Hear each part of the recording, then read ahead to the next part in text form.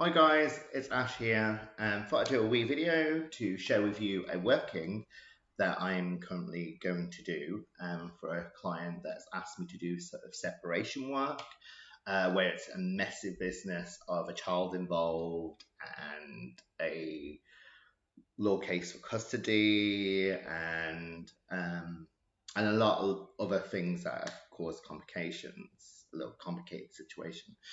And this is a working which is simple and effective, pretty much how I work most of the time. And it's involving tarot. I like to use tarot a lot in my workings for its visual effect as well as its divinatory meanings. When I read tarot, I don't read them in a traditional way of their meanings. I'm more of a visual reader, so I read the tarot as if they're like a storybook. And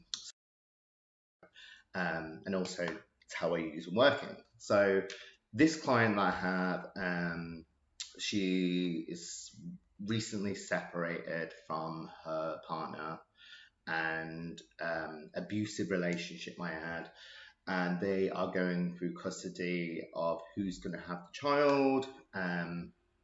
And obviously, because he's abusive, she doesn't really want him involved in her life and actually wants to come back to the UK after this is settled. He's also got into a new relationship and is having a baby along the way, soon to come. So essentially, the elements are all there. So my working is to segregate him away from her, make sure he's infatuated in this new relationship, in this new child that's happening, as well as protecting that new relationship and that child, because again, he's abusive. And also, I want I want him to feel the pain of what he is given out to people and his actions, and to have consequences for them. And also a work in which that essentially he'll just have no interest about having one in custody of the children and just leave this woman alone and her child. She can be in harmony and they can feel safe once again.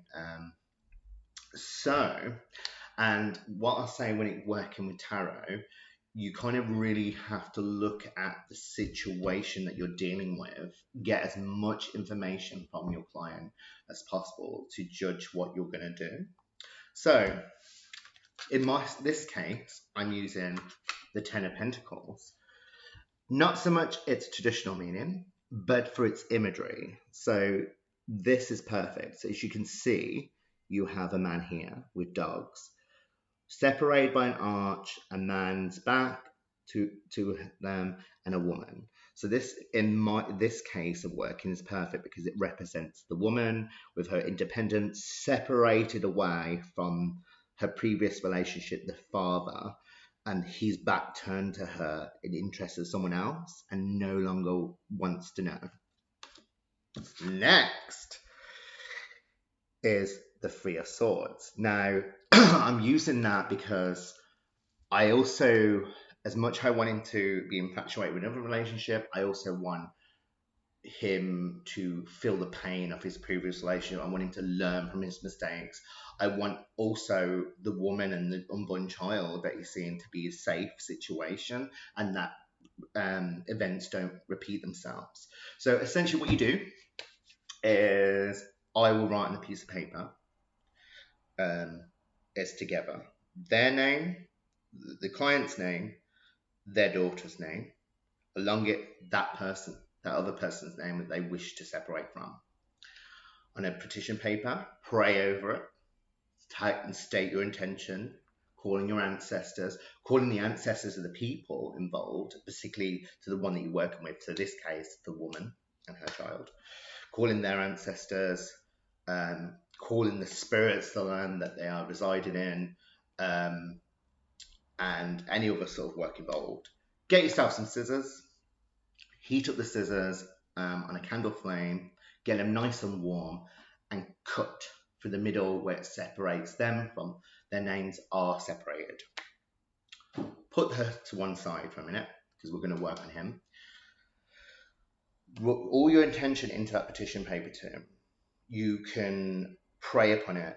You can say to your ancestors what you want to happen to that person. Fold it away from you about 2 times because you don't want it too bulky. The reason why, because then obviously in the working, these are going to be facing you. So these are your focal points and the power points in which you are aiding your work. You want to then place the petition in between the cards, and you want to bound them with some cord or some ribbon, cross one way and cross the other way. I call in the Holy Trinity. I call in the spirits of earth, sea, and sky when I'm doing this. And you want to then hold it, and you want to state your intention again, and to your ancestors, to your guides, your familiar spirits, especially your familiar spirits, because they're going to be doing the work for you as well. They're going to be helping you in that work.